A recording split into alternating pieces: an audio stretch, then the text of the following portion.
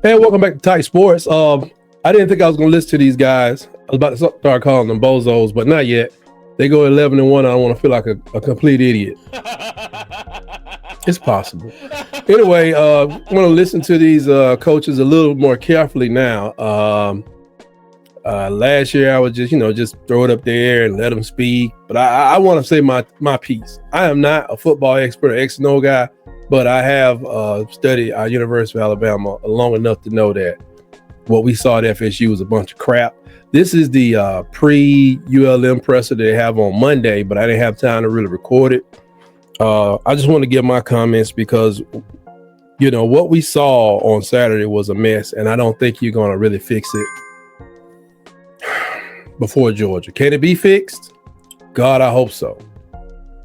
Because I've told you, if you fire a coach, you want to fire him before game 6 to give yourself a whole season to sign new people. You're going to lose the class. You're going to lose the whole class. The class is going to probably finish outside of the top 25 for the first time in forever.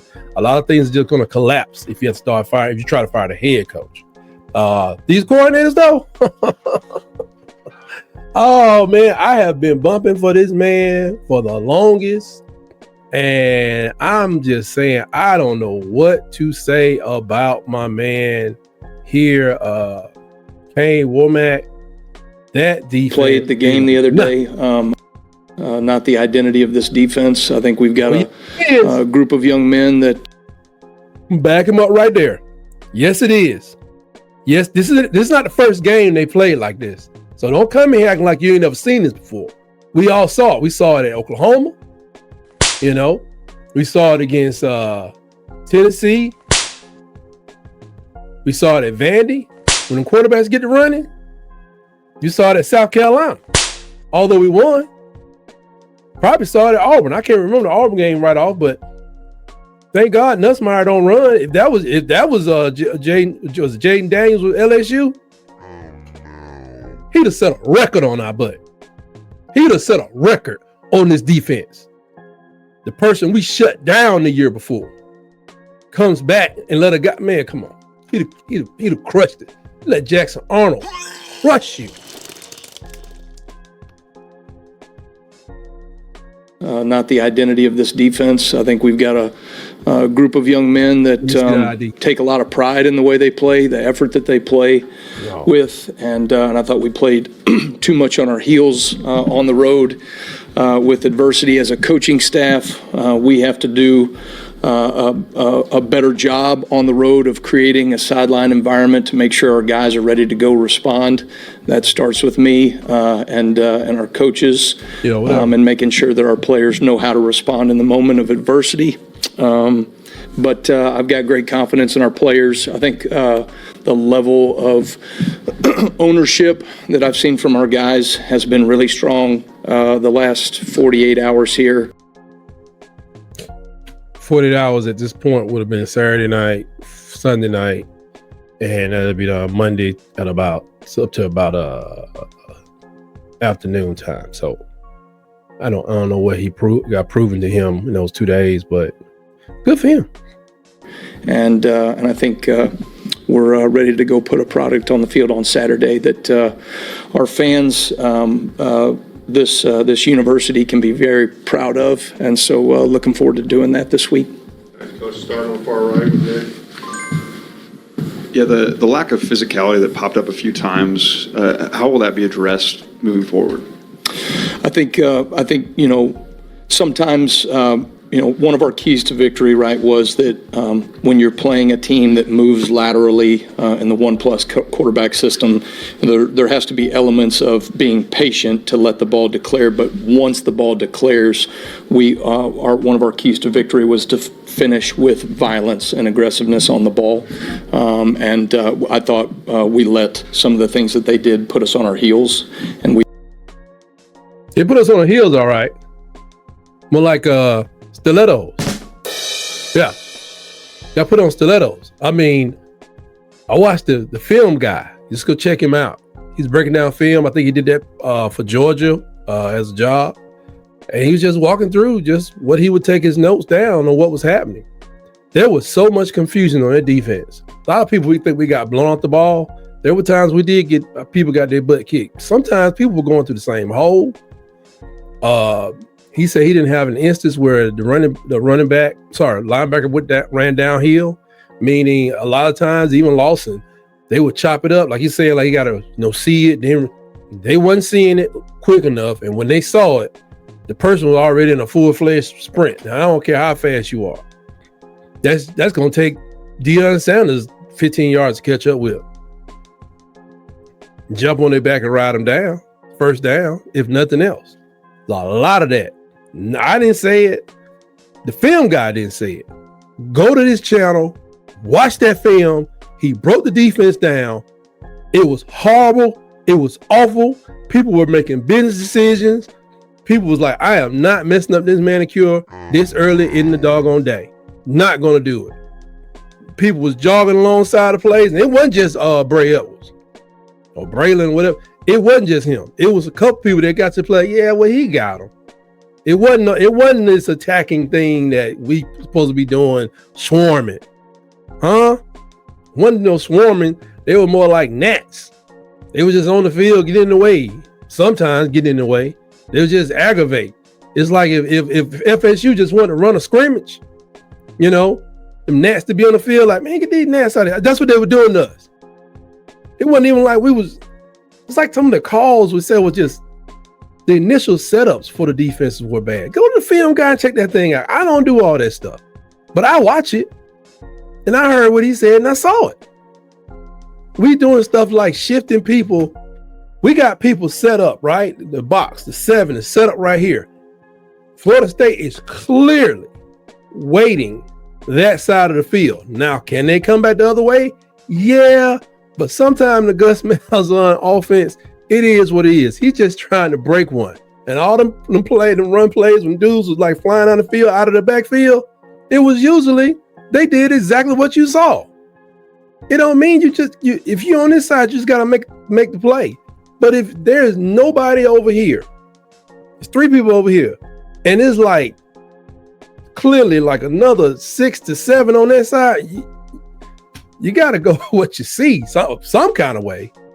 Move the line out. Let him set the edge out a little wider or something to force that stuff back to the inside. They didn't move. And that's what they learned from this man. I thought we let some of the things that they did put us on our heels, and we didn't respond well enough when adversity hit. And so those things, you can tell them. Sometimes you have to be shown. And I think once our players were shown, I think they're ready to respond. The great LL Cool J said, I think he said her bikini, thong, heels, long. She said she liked the ocean. And I say that because what he just said had nothing to do with that game. Had everything to do with his scheme that he learned from his father, the swarm 4-2-5 technique. And if you watch down that film also, you see you got to make the call. The bandit could become a husky, or the sting could become a wolf or something like that. When you doing that stuff and Gus about to hit you with the old 1-2, the 1-2 and a 3-4, you ain't got time, man. What position am I playing? Who am I hitting? See, always y'all know I'm hitting somebody in this play. Safety, whatever. I'm hitting somebody because that's how theirs work. They about to hit somebody, and we're gonna do whatever happen. Now, if you fall like cotton candy, that's your problem. Touchdown. As you can tell, I'm highly irritated. Far left, Chase. FSU was able to get a lot of running yards on the perimeter outside. When it comes to that, is the issue more about the forced defender not getting contained, or is it more about the help being late or something else? Yeah, ours was they were leveraging issues in terms of our guys like being decisive and getting off of blocks. I thought we were timid on getting off of blocks. And so we allowed people to get the edge on us too often. And that's something that I thought our block destruction's been something that we have really emphasized and done a good job in the offseason, and that wasn't nearly the standard. So really excited to get that fixed this week. I wonder about these guys' eyesight, because the boy said he had a good week of practice. He just said it looked good back here. I don't know what happened out there. going back to the film guy again, because I can't tell you like what I saw, because I played. I'm Al Bundy over here. I had 5 touchdowns in the city championship. I don't even have that kind of experience. I got a lot of experience of watching TV. And watching the film guy, he showed a lot of times where like Xavier Brown and Q Russo was playing like they was on another defense. The right one. Like they were playing to a standard. They were doing simple things. Like when Xavier Brown would get blocked, guess what he would do? Take his man to the ball. He'd get his helmet, I heard this is important, on the outside, drive him back. Don't be to the inside, because dude will turn you back to the inside and the sideline will be open. Ray Edwards, come up, put his hands up, play pick-pack, be chicken fighting with people that's trying to run him over, trying to crush his chest in, and he's swinging at him instead of engaging him, driving him back, getting his head outside, getting his body outside and driving him back. It ain't always about making the tackle. And I really thought, man, maybe that dude was sick. Maybe he ate something, because I ain't never seen him play that sluggish. He just had a bad bowl of chitlins or something. I don't eat chitlins, but he had a bad bowl of chili or something somewhere, or had a bad burger, and his body couldn't take it. All right, Charlie. Kind of going back to what Nick was talking about, what did you think of the effort that you saw, especially from the linebackers, maybe the safety group?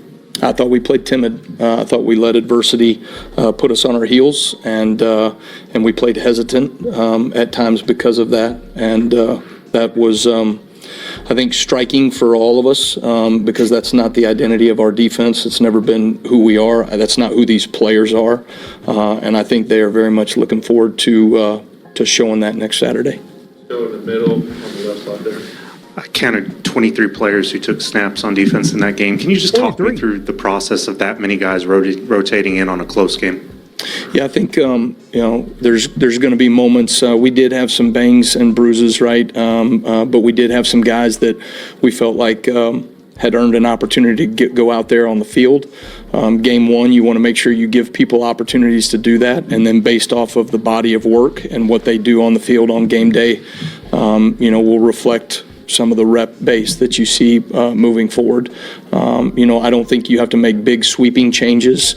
There was enough blame to go around, even from some of our best players. And highly paid coaches. And so you want to give people an opportunity to get things corrected. But certainly the body of work on the field will dictate, right, rep base moving forward in the season. Mm-hmm. It's kind of a multi-part question. Last week, there was a lot of conversation about the newness of Florida State, new coordinator, new personnel. When you went back and watched how much of what they didn't show up on film in your preparation, how did the defense respond in those moments? And then kind of how do you build on that as the season goes on? No, we were not surprised by anything. We were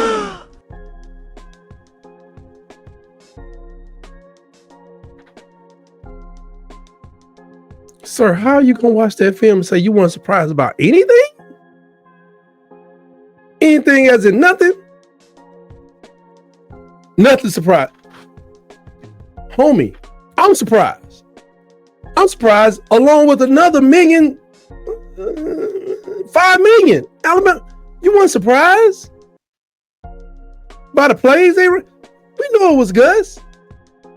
I was surprised that you thought that a 5'8" quarterback that weighed 180 pounds was going to stand in the pocket strong, and you didn't even try to make him throw. They had this thing, what is another thing? The pass rush. You're rushing against the guy like you're going against Tom Brady or Dan Marino of old.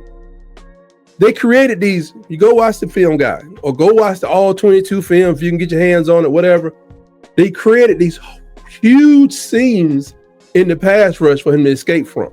Like in that game, Michael Vick would have ran for 767 yards easily until we went to a 6-man front.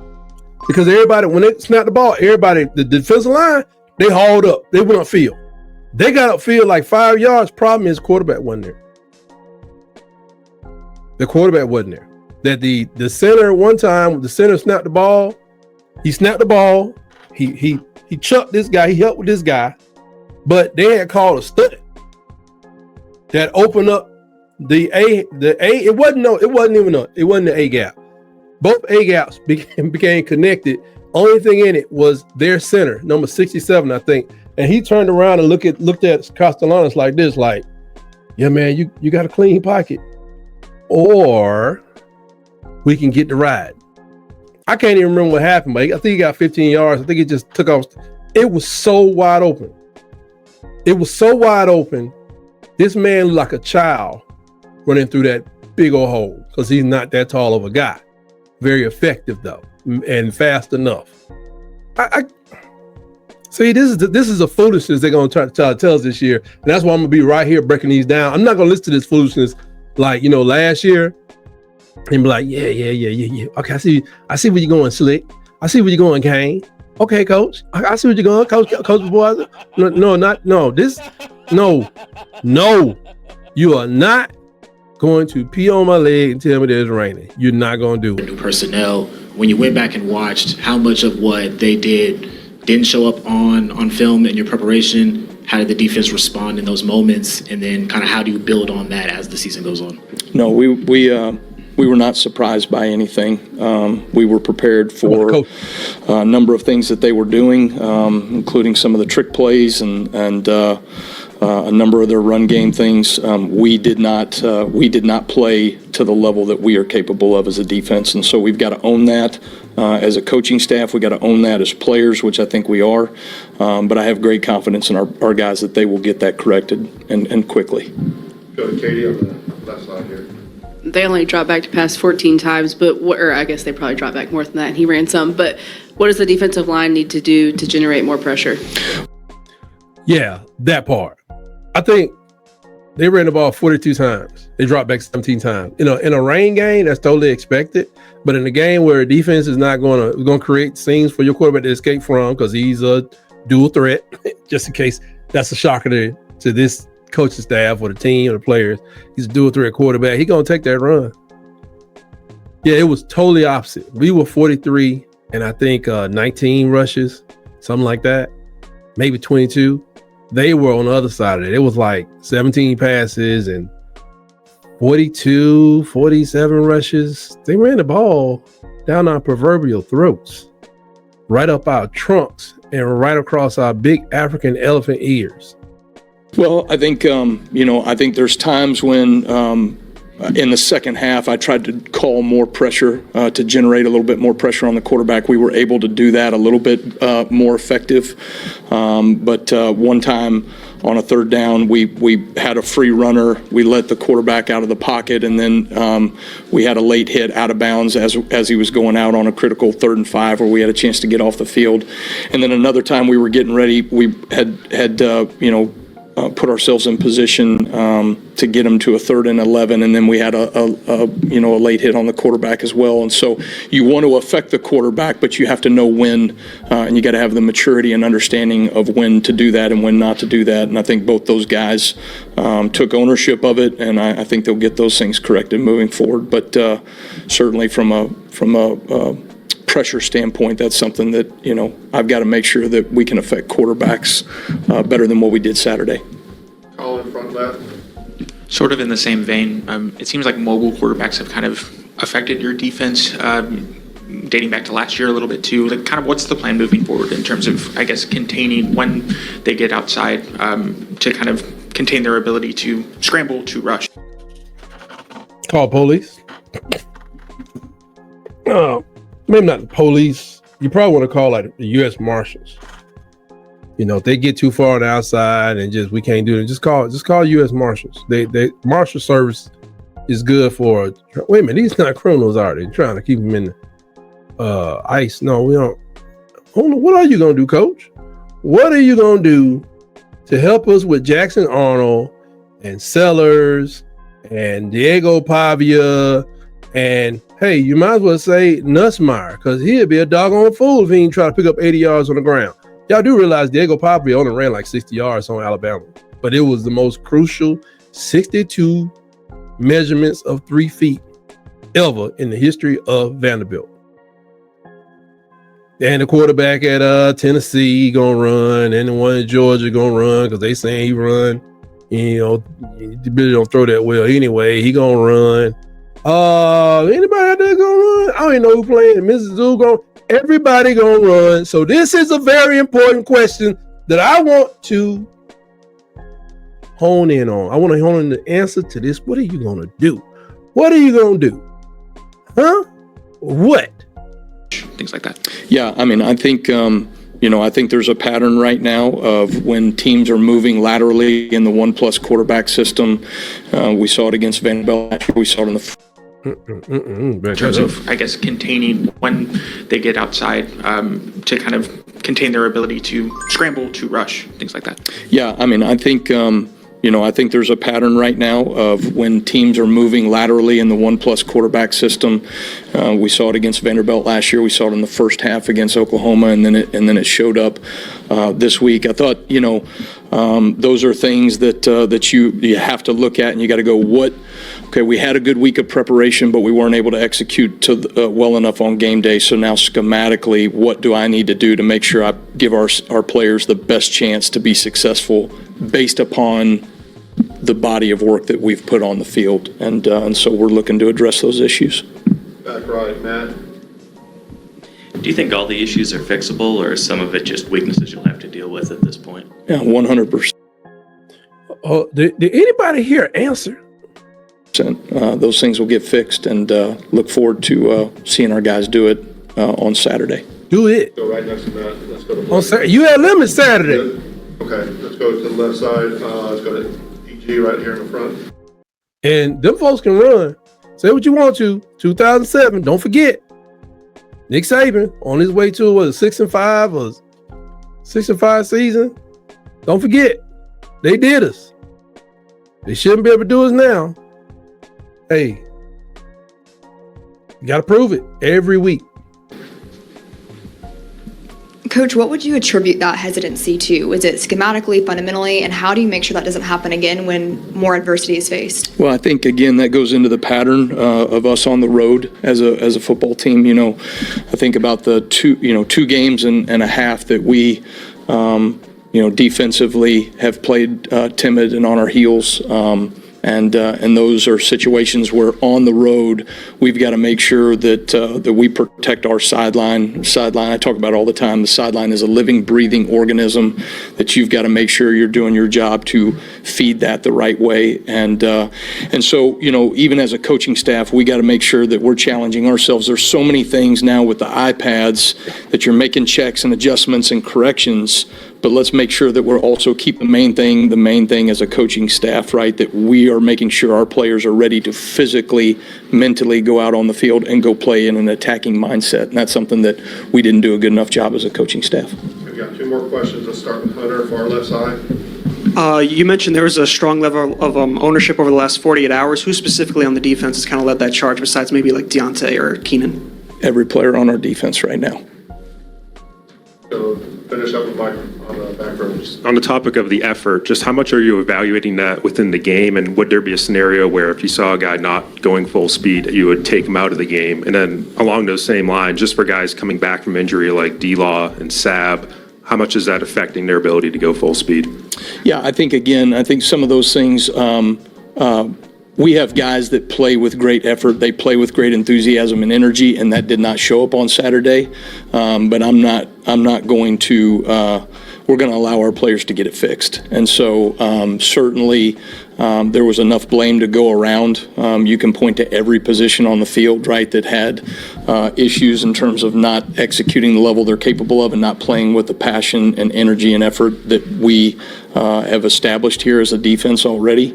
And so those are things that we're going to allow guys to get fixed, but certainly a body of work as you look into the season, right, a rep base is going to be, based upon what you do on the field from an execution standpoint. But I don't think there's a guy on our defense that doesn't take ownership of what happened. That starts with me. It ends with our players. And I think everybody's ready to go establish that in the defense that we're capable of playing moving forward on Saturday. Thank you, Coach. All right, thanks, guys. Roll Tide.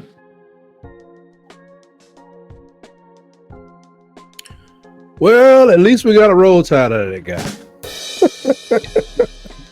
I'm like this, man. First of all, Ryan Grubb, you need to get it together. Something he said about, everybody's a leader and taking leadership and doing this. Something happened in that hotel.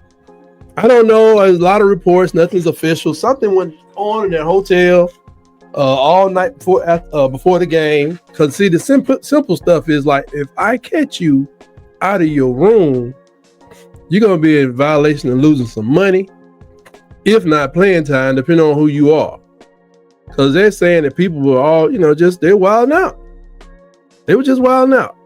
And then they get this thing about these iPads. Like, who they're asking Coach Grubb, they're asking Coach Kalen DeBoer, who's up on the upstairs, who's up top, who the person is going to be looking at. He said, well, I can see what's on there because of the iPads. We can see what's going on during the game. Wouldn't it be easy to just trust the eyes to tell you instead of you swiping left and right and hitting and trying to get rain off? Why is everybody looking at an iPad? Please tell me y'all not all looking at an iPad in between the plays. That seems counterintuitive. That seems inefficient. That seems crazy. Why, Gus got these people going crazy. He's like the second or third thing I've read or heard about this iPad. We're going to look for some answers. Like I said, you can always go 11-1. There's different ways to be an 11-1 team. Do I see it right now? Nope. Not at all. I can see us losing every meaningful road game and a couple of home games based on, how they play. Pavia can come do that again. Whoever Oklahoma got can come do that. They got a pretty good quarterback, but he ain't necessarily gonna come in and just throw his way all over. It's foolish to throw on Alabama right now if you can find those seams to keep the chain moving till you can hit one. And it starts with that guy right there. What is he gonna allow them to do? A lot of people after the fact, a lot of the experts and stuff, they say, why they didn't make Thomas Castellanos throw the ball? I don't know. That's him. Not my job. But it was ridiculous and it was very embarrassing. But I'm gonna get out of here. Remember to join me Tuesday and Thursday for Around the Herd. On Tuesday, we're on at 7 p.m. And on Thursday, we're around 5 p.m. I got a junior varsity schedule I got to stick to for a couple more weeks. So I can go out and support my boy. Anyway, please hit the subscribe button, hit the like button. Appreciate you guys listening. I think we're gonna either way, 5 years from now, we're gonna be okay. 5 years from now, we're gonna really be okay. But join me for Around the Herd Tuesday at 7 p.m. Subscribe, share this video. I thank y'all for watching. And don't forget to poke that like button right in the eye. And always remember, roll, tide, roll.